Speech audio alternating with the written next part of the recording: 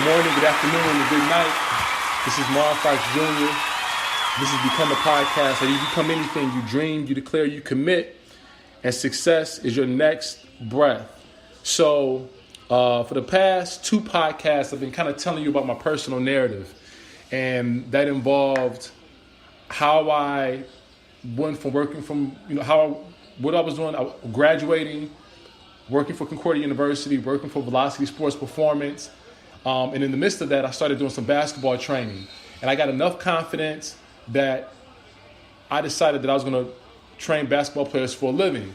Now, while making these decisions, I was getting married, I was having children, and I was kind of putting a life of comfort and predictability on the back burner for a life of unpredictability and a lack of discomfort. And in that, I was taking residual income, replacing that with, money that would be sporadic and erratic in terms of how it was coming in, because I wanted to fulfill my dream and fulfill my purpose and be a basketball trainer. And that doesn't mean that I go to a gym and I get a paycheck on Friday. That means that I go to the gym and there might be 3 or 4 days where I train one person. And so that can be tough. That can be stressful on the family. And then there's days when I can go into the gym and train 7 to 20, 10 to 20 kids, and then it has an impact on, what I bring home. But in the midst of that, I was going through a lot of challenges.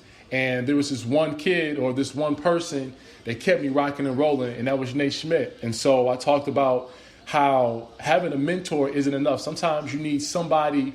I won't say Nate was beneath me, but he was definitely younger than me.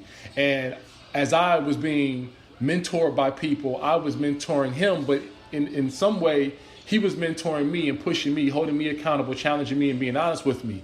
And so he was a big part of why I stuck with the basketball training, why I have gotten into inspirational speaking, all by him just being available and his presence. And so with that being said, I have Nate on the line, and I wanted you all to hear Nate's journey from college to where he is now, because I think so much of what he has done and how he has done it could be not only inspirational but educational in terms of helping people get from point A to point B and learning how to just attack the journey with not only some instinct but also some practical principles for success. So Nate, you there?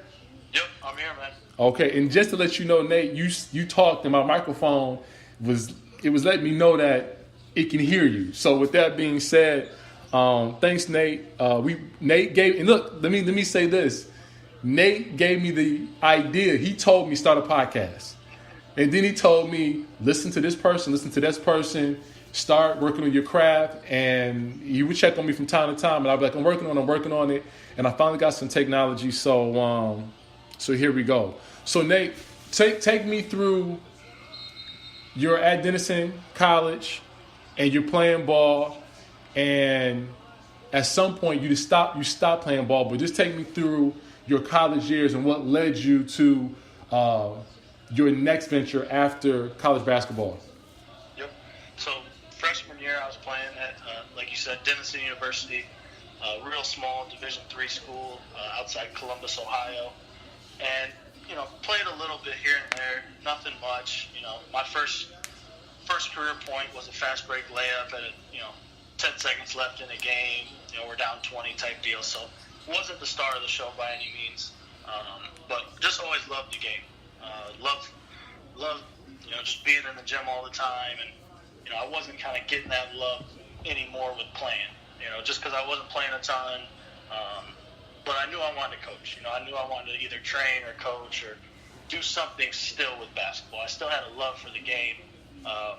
Just knew I wasn't going to the NBA. Knew I wasn't, going to make any money doing that. So I knew kind of where I wanted to be in the next 4 to 5 years. So I wanted to get a head start.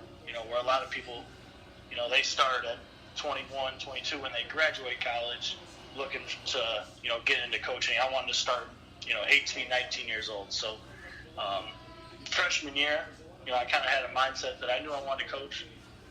when we had a 2-week break for our Christmas break, I contacted probably 3 or 4 high schools in Michigan.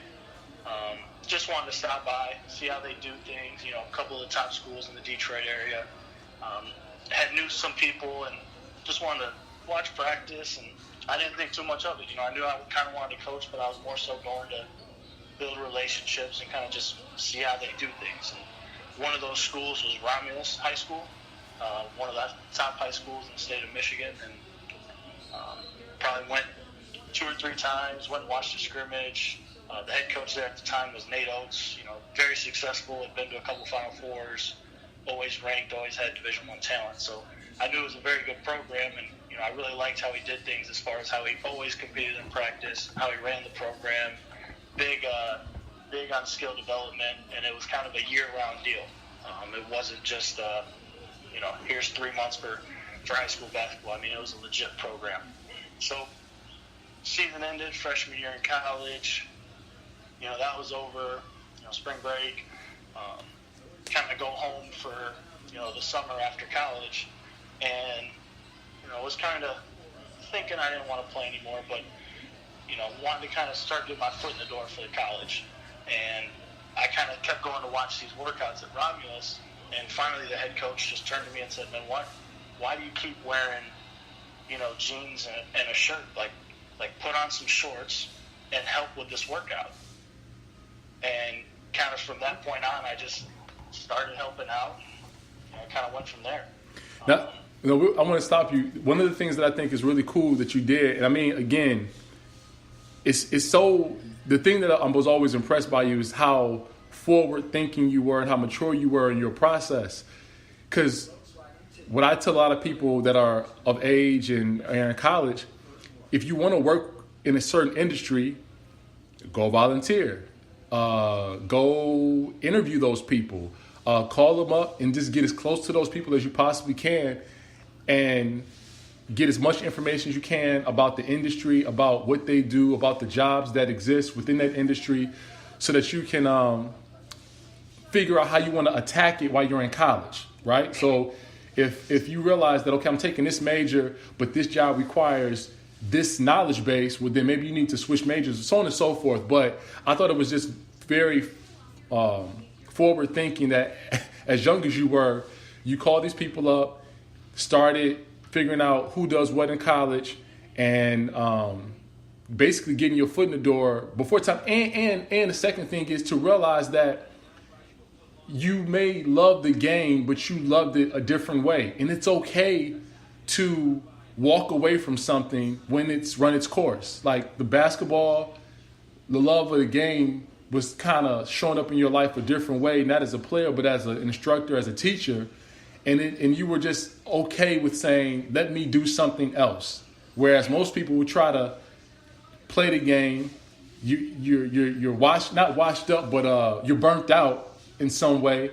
But your love for teaching the game was probably super, super strong, which is why you say, you know what, I still love it, but I got to do something else within the game. So walk us through. Now you're still in college. You haven't quit college. You just stopped playing basketball. But walk us through what's happening in your life as a high school coach.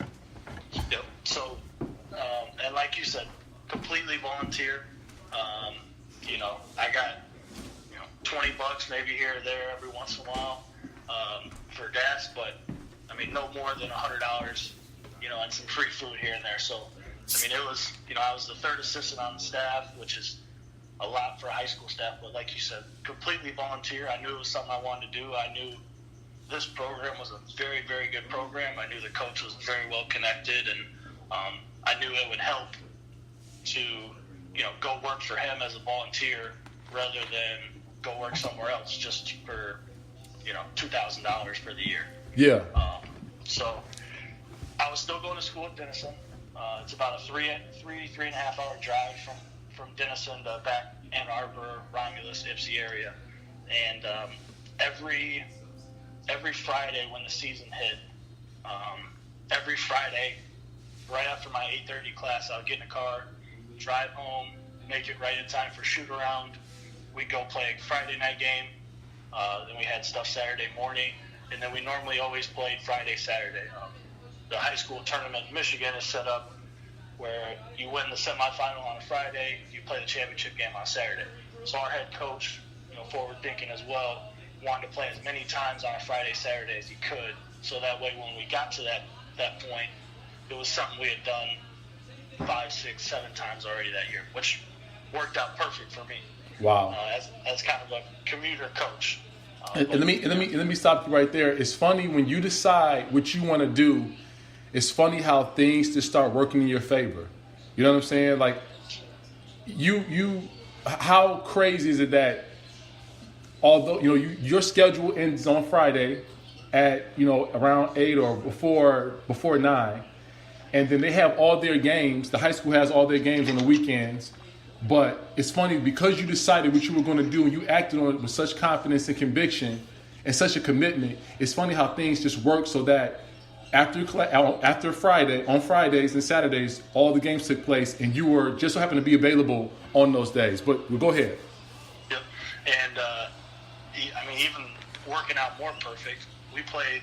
We were probably a top 5 team all year, both years I worked there. So we played in a lot of showcase games, a lot of Christmas holiday tournament games. We hosted our own holiday tournament and worked out perfect again with, we had a month break because I wasn't playing basketball anymore. It wasn't just a couple weeks. It was a whole month from about early mid-December to about early mid-January. So I was in Romulus coaching that whole month. And then as the season went on, same thing. Drive up on the weekends, and then our spring break was right during our playoff run. So it kind of, everything kind of just fell in place, and it really worked. And, I did a lot of video for our coach from Denison University, and I just send it to him, and, we talk all the time, and it's kind of crazy how it all worked out. And, every time I tell people I coached at Romulus, they say, well, did you drop out of college? Did you transfer? Like, what do you mean? Like, Romulus is in Michigan, Denison's in Ohio. Like, how'd that work? But, the Coach Oates is, he made it work. He had a big part in just, accepting it, and he wanted me to be part of the program and knew I could bring some value to the program. So, he made it work just as much as I did. So talk about, when we talk, you would always talk about how Oates would start going to some of these just basketball events, whether it was tournaments or clinics, and Oates would be in the room with college coaches, high school coaches, basketball people, and every now and then he'd let you roll with them and just talk about being in that space and kind of how you attacked those opportunities. Mm-hmm. Definitely just being around him and seeing kind of the relationships he had built, and like you said, being in the room with some of these high major Division I, NBA assistants, workout guys. It was definitely a humbling experience to see him and meet him and just get a chance to talk with him. But it really kind of refocused my mind as far as how big relationships are. Because I kind of see how he had some really huge relationships, and every time we met a couple different coaches, they all knew Oates because of this one college coach he knew or something. He had a really strong connection with about 5 or 6 people in the basketball industry, and it all kind of circled back to that, and it really kind of just made me refocus on how big relationships are and how big good relationships are, not just, hey, I know the guy, I got his cell phone number, but this guy will go to war for me. He'll go to bat for me. Yeah. Like it's a real relationship there. So then you guys have a ton of success with Romulus.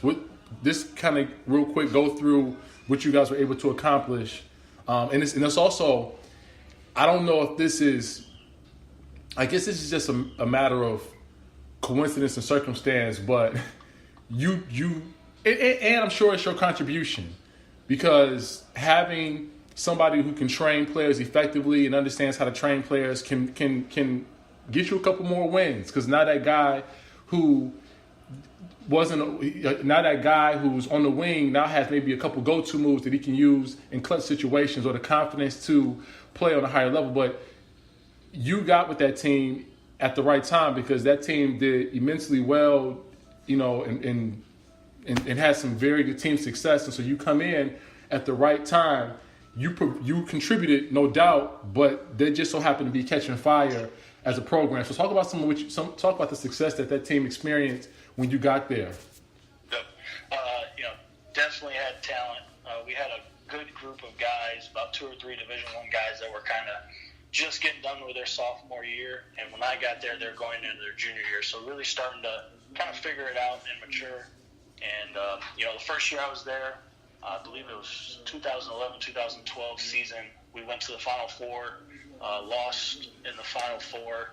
And then the next year, we ended up winning the state title in 2013. Wow. And throughout the 2 years, we had 8 guys go to Division I schools, Missouri, Rhode Island, Youngstown State, Louisiana Tech, Kent State, UNLV, and there might have been 1 or 2 others that either went to a junior college or Division I, but, got full ride basketball scholarships. So definitely a lot of talent. And, it helped a ton that Coach Oates put a lot of focus on player development and just getting workouts during the off season. I would spend, I wasn't worried about my skills anymore because I was retired from basketball. So all spring and summer when I was done with school, I'd be at Romulus working guys out. And, we had summer league games and just being around, in their gym all the time. So yeah, it was really kind of, go ahead. So the 2 things that I'm hearing is, again, it goes back to some of your initial decisions about who you're going to deal with. Not only did you pick, and you're not a front runner, but it's just smart money. It's just smart decision making. And it's like, I want to get with a good program. I want to get with a good program that's got Division I guys, that has a good coach, that people recognize and people respect. Because if I'm associated with that, it's going to have an impact on how people view me. That's smart. The second thing is you got with a coach who placed a heavy emphasis on skill development, and that was your thing. So like, it's like I can go over here and make money. I can go over here and make money, but is that going to translate to success? Is that going to translate to opportunities long term? Or you can say I could work over here for, let's say, for free, but you work in an environment that caters to, not as cater, but highlights or utilizes what you do best. And so it's one of those things where, again, it's smart to figure out what does the entity respect, what do they use, what's their culture built on. And if you have a skill that the culture respects, then you'd be foolish not to invest or contribute or volunteer with them, as opposed to trying to be a part of something where they don't even like your skill, they don't even recognize your skill. So anyway, just again, forward thinking. So now you eventually you end up at Iowa State. So talk about how that all took place. Well, again, it kind of just goes back to relationships. I knew I wanted to be a grad assistant. I kind of researched it, seeing that, how people kind of got their foot in the door. A lot of high school coaches kind of go into being a graduate assistant, which you're technically part-time, but, for the most part, you're getting your grad school paid for, you're earning your master's, but you're also, coaching basketball and doing that. So just being around Oates, he had a couple guys already kind of come through his program and be assistants for him at Romulus that moved on to be grad assistants other places. And one of them happened to be Charlie Henry, who is now the current Windy City Bulls head coach.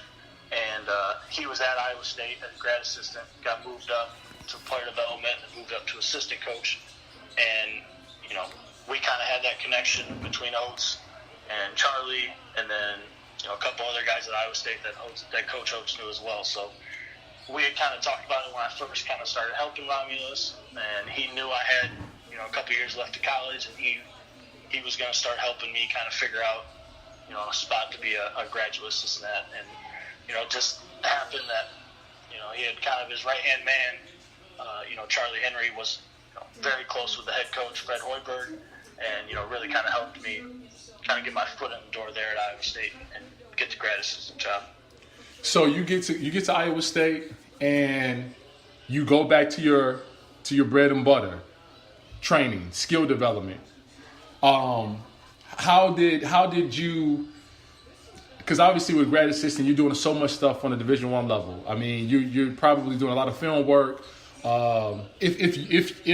If you show him that you can do that, but it's funny, you started doing your film work when you were in college, doing it for the high school level, so you already come in with some sort of skill set. Obviously, I'm sure Fred liked to have his film cut up a certain way and chopped up a certain way, but you come in with some skill set. You come in with the basketball training skill set, and then you just got overall motor. You just know that as a grad assistant, I'm probably going to be doing a lot of babysitting and making sure this kid gets to this class on time and make sure that this kid,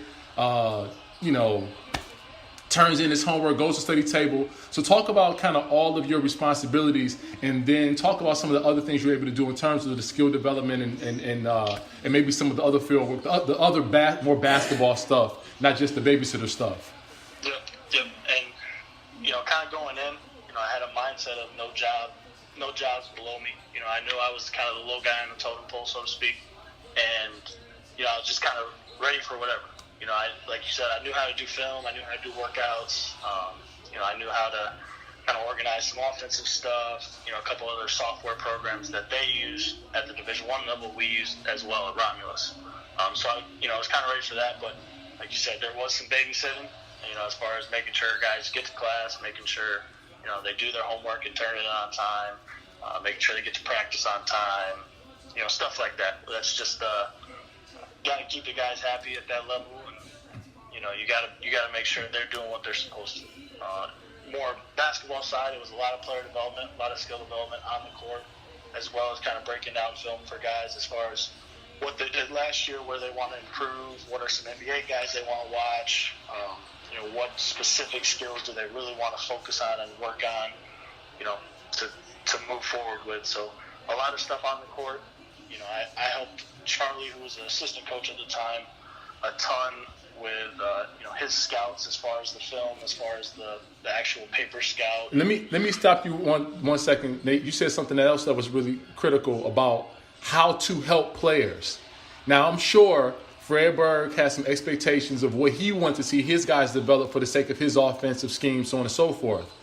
But I love how you ask the guys, what skills do you want to develop? Sometimes as coaches, we just assume that we just assume that, first of all, coaches, players want our help, but then we'll assume, I'm just going to show you these drills, these skills, and these moves, and I'm assuming that you want them. But you took it, you did it the correct way and said, no, what skills do you want to develop? Let me look at NBA players that are compatible skill sets, body types, and all of that, and then let's work on those things. And so when you do that, you get the trust from the player, and you make the player a part of the creative process or the developmental process. And so, again, that's one of the reasons why you were so successful as a trainer, which I'm sure we'll get into as well. But go ahead. Yeah, and again, kind of just always goes back to relationships for me. I didn't want to come in and be the guy that, I'm telling you this drill will make you that much better, and, we need to do it this way and that way. And I had a lot of freedom as far as what I wanted to work on with the guys. I knew Fred's system, and, it was big on three-pointers, and, it was big on three-pointers and, finishing at the rim and, just kind of moving it, spacing it, and, very, very open offense. But there was a ton of actions we ran, a ton of different sets, so I would always try to incorporate that into the workouts, just so the players could see, man, I can get this shot because I know we run this play. I know we run this action. I know we run this set. And, with me, I always wanted them to feel a part of it. So whether it was, asking them, who do you watch? I'll break down their pick and roll stuff. I'll break down their post moves. And then even on the court, when I started to really develop the relationship with a couple of the guys, it was, man, what do you want to work on today? Mm-hmm. Do you want to get a ton of shots up? You know, do you want to work on all left-hand finishes? Do you want to do more dribble moves? And it really kind of, you know, they felt like they were a part of it. You know, it wasn't just me barking instructions to them. They felt like, man, this is what I want to work on. You know, so I was blending, you know, what Coach Hoiberg wanted as far as from an offensive standpoint and what he wanted their skill set to be, and also kind of blending that with what the player wanted. You know, and sometimes it matched up perfectly, and sometimes I had to, you know, combine it a little bit and you know, do a little bit of both. But the players, I think, really, really bought in and liked it because I was so invested in them. You know, and I was able to say, hey, man, what do you want to work on today? Do you want to work on some mid-range stuff? Do you see something you like? You know, we played pickup a couple days ago. Was there something you were struggling with? And it kind of, they would really open up and say, man, you know, I'm struggling coming off stagger screens, you know, shooting, going left or something, you know, whatever it may be. And, you know, that one or two things, like we might focus on that for a whole workout. Walk me through, walk me through a day. Let's say in a busy day. Walk me through a busy day, not a game-related day, but walk me through a day of at Iowa State where you're probably training, you're probably doing stuff for coach, just so that we can get a feel for like your grind, because you're still a student too. You still got to do schoolwork. So walk me through your grind. Yep, and I was very lucky. You know, probably 90% of my schoolwork was online. Okay. You know, so I was able to kind of Sunday afternoon knock out as much homework as I could for the week. So, you know, 100% Monday through Saturday was basically basketball for me. Okay. And I tried to, you know, keep all the schoolwork for that Sunday afternoon, all day Sunday if need be. But, you know, I was able to really, really kind of lock in and focus on basketball during the week. But normal day, you know, coming in, probably doing some type of film work to start the day off, whether it's, you know, breaking down an opponent, breaking down practice from the day before, you know, whether Fred might have certain clips that he wants to show the guys later for practice. You know, an assistant might be watching film with a player and he wants, you know, all their makes from the last 5 practices or whatever it may be. But there's, you know, every day there's a couple little video things that, you know, that just had to put together for the morning. And then probably had 2 or 3 guys come and get shots up. A lot of guys will come get shots, you know, right before practice, hour before. So you know, get a couple workouts in. A lot of the time, especially with Fred, it was just a lot of made shots, a lot of spot shots, just, you know, 200, 300, 400 makes up. And then, you know, obviously practice, which with Coach Hoiberg was short, but it was very precise and very focused. And then, you know, probably some more film as far as, you know, breakdown of practice and another breakdown of something I might have talked with a player about at practice. Yeah. And then grab some food for dinner and probably come back, more workouts, more shots. It was kind of, we had our own facility. It was open 24/7. I lived right across the street.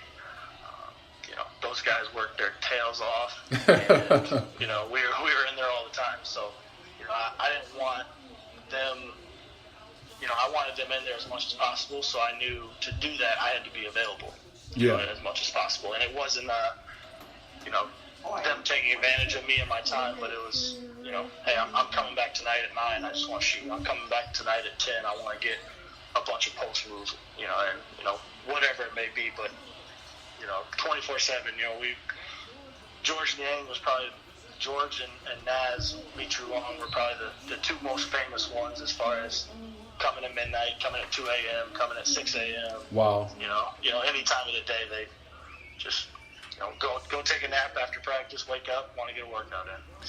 So talk to me. So we got about 15 minutes left, and I want to get to your last 2. I want to get to your current location, and then the location before that, and you know why.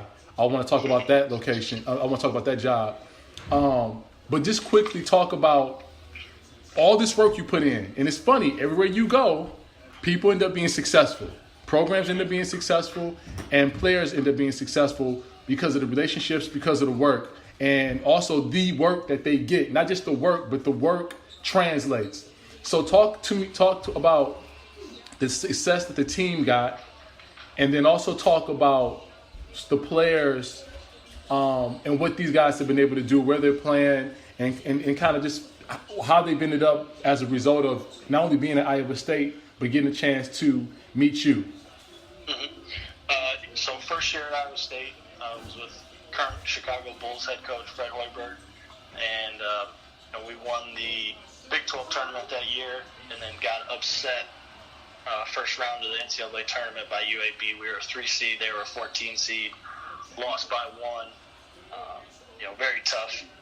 Very tough. I mean, we had a very, very talented team. I was talking to one of the former players. I think we have 7 guys from that team, making money playing professionally and making good money. Second year we were there, made it to the Sweet 16 under Steve Prohm, who was at Murray State before, who's the current Iowa State head coach. Made all the way to the Sweet 16, lost to the 1 seed Virginia. And then this past season, the last season I was there, we won the Big 12 title as well. So 2 Big 12 titles, 3 NCAA tournaments, and a Sweet 16 appearance. Not bad. While I was there. Yeah, not bad. Helps to have talented guys. Sure. While I was there, we had 3 guys get selected in the NBA draft. Abdul Nader, George Niang, and Monte Morris were all selected. They're all. Abdul signed a contract with the Celtics. Monte is on a 2-way contract with the Denver Nuggets, and George is on a 2-way contract with Utah Jazz. And then also from those teams, Matt Thomas is over in Spain, making good money. Dustin Hogue is in Italy, I believe, making good money. Deontay Burton is in the KBL, South Korea. Jamil McKay was in Australia this past season. And then, what am I missing? You say George already? Yep, George, and then Naz is with the G League team for Salt Lake. Okay. So you decide to go to we all know that if you're in Division I, sometimes you can be in a box, and you might have been and Fred is gone, and so with the next regime, and sometimes they don't always see you as the previous regime may see you. So whereas Fred got a chance to see your development and knew that you could do a bunch of different things, this coach may not have seen you that way. And so you decide that because you don't want to be put in a box and you want to expand your skill set and do some more coaching, not just a lot of the behind the scenes stuff, you want to kind of be out in front, you decided that it was time for you to make a move. And so where was your next move to? Yep, it was to Gulf Coast State College. It's a Division I junior college and in the Panhandle Conference in Panama City, Florida. And like you said, it was just kind of being able to recruit, being able to coach on the floor with no restrictions was kind of the next step. And it was kind of, at Iowa State, there's just a lot of rules as far as, nitpicking with what my title was, what I could do and what I couldn't do. And kind of the biggest thing was just recruiting and being on the court full-time coaching during practice, during games and all that. So, and like you said, kind of, I did 2-3 years of kind of all the behind-the-scenes stuff, and it was kind of, just felt like it was ready to move on and keep growing. And so you go to your next destination and you just grind. you grind so hard. And I never forget, I was on my balcony when you told me this story outside, and this is what I want people to hear. We've already said so many cool things, and we got 10 minutes left. But this is what I want people to hear if they don't hear anything else. Tell them how you were grinding. And look, you went from Iowa State, outstanding facilities, Division I guys who know that if I play hard, if I do what I'm supposed to, I got a chance to go pro. So a lot of kids coming in with a lot of incentive to do well and to work hard. You're a Nike school. You're a Nike school, number one, but you were there. They were a Nike elite school. And so y'all got ton of cool stuff. You give up all of that. You give up the Iowa State Division I type. You give up all of this cool stuff to go to a school where No disrespect to Under Armour, but you go to an Under Armour school, you're not getting as much love, right? And you give up all that to go to a school where guys aren't as motivated. The program, in terms of culture, isn't as great, and on top of it, you're not getting a lot of Nike gear. So, talk to him about how hard you were going, in spite of all these things you weren't getting anymore.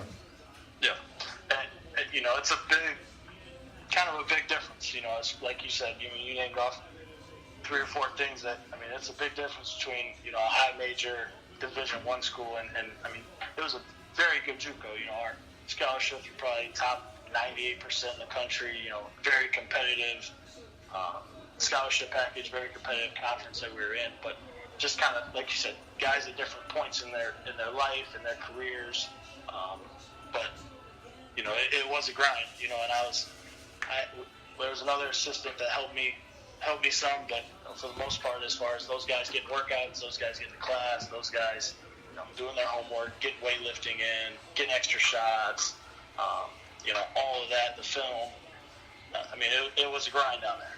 And Panama City Beach, beautiful city. My apartment that I lived in was probably 2 blocks from the beach. I was there for about 6 months.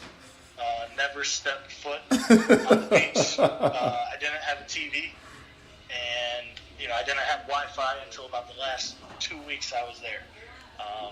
And I just and it was all by choice. It's not like I could have went out and got a TV. I could have bought a TV from Iowa State.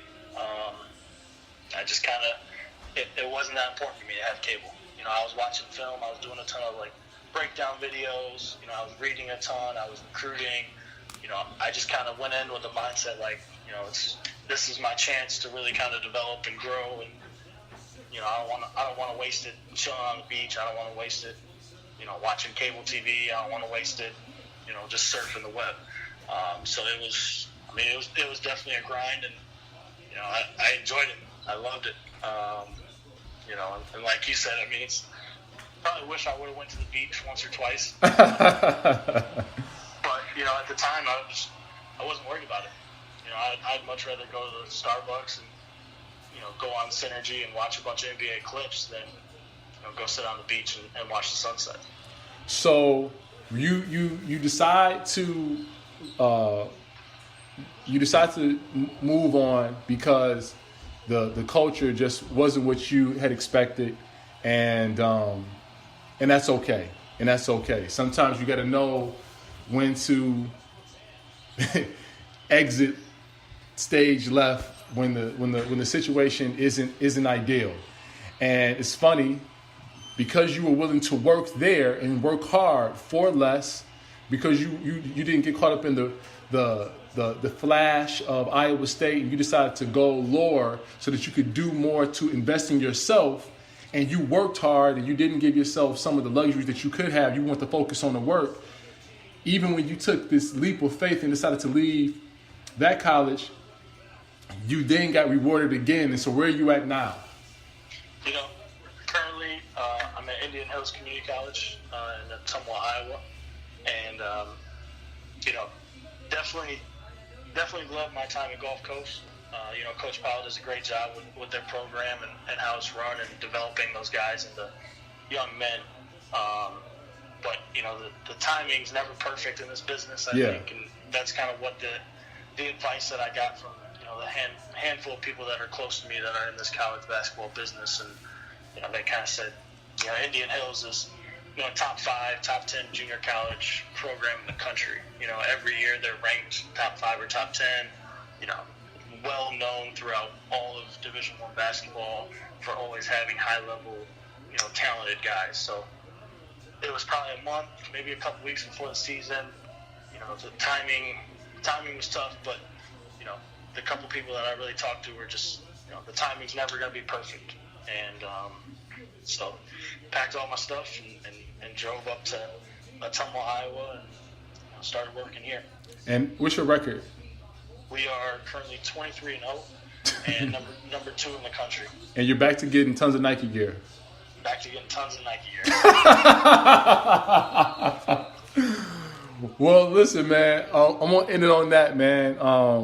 I can't wait to listen to this again. We went 40 minutes. I said we're gonna try to do 15 to 20. 15 to 20. We want 40, but I mean the story. It's some. There's some parts of your story that I either didn't know or forgot, and so I was being entertained. I'm watching while I'm listening to you. I'm watching the Philly OKC game, and tons of times I had my head down just looking at my phone and looking at my iPad, and this stuff doesn't change. You know what I'm saying? I'm just looking at the voice meter kind of go up and down or whatever, and I was just held captive by the story and some of the stories and stuff like that. And every now and then I would look up like, oh, wow, there's a really good game going on. You know what I'm saying? So, man, look, thank you so much. We got to do it again, and probably do some stuff on just psyche, basketball player psyche, and because you dealt with Division I guys that are really good guys, really nice guys, caring guys, but when they get on the basketball court, they're a different beast, a different animal. They're just different, and the type of mentality you need to have to play in the league, or even think you're good enough to even be on that level. It's a different animal altogether. So I want to talk about that at some point, but I think this is pretty good, man. I'm not gonna publish it. I'm gonna publish it tomorrow. So it won't be up. But as soon as I publish it, I'll send you some love, man. Send you a tweet, and you got 40 minutes and some change of yourself rapping and me rapping, and we gotta continue doing it, man. Appreciate it, man. Definitely gotta keep it going. Well, listen, thank you for again the idea to even start a podcast. Slowly but surely, man, I'm going to mumble, stumble, and stutter my way, hopefully to bigger, better things. But, Nate, as always, thank you so much. And I'll be talking with you soon. And that's it, man. Sounds good. Keep it rolling. All right. Talk soon, man. Take care. See you. You too. Well, that's it. That was Nate Schmidt. That's the guy who, when I decided that I wanted to stop training and give up my basketballs and just kind of be done with it, Sarah said, well, what about Nate? And listening to how hard he works and how much he cares about the game, to think that I would have quit and left that person move forward without making sure that he had basketball camps to do, and making sure that we weren't in the gym training, and making sure that just taking basketball away from him. You know what I'm saying? Who knows where he would be? But I'm sure he's pretty resourceful. He probably would have figured it out. But because of Sarah, because she pushed me, and I was able to stay in his life, and he was able to stay in my life, I'm doing what I'm doing, and he's doing what he's doing, and everything kind of worked out. So with that being said, I'm done. Greatness lives on the edge of death. I'm not afraid to die. I will fight for my dreams. I will celebrate my dreams. I will die for my dreams. Thoughts are things, and everything starts off as a thought first and springs from a place of mindfulness and clarity. My name is Mark Fikes Jr. Done.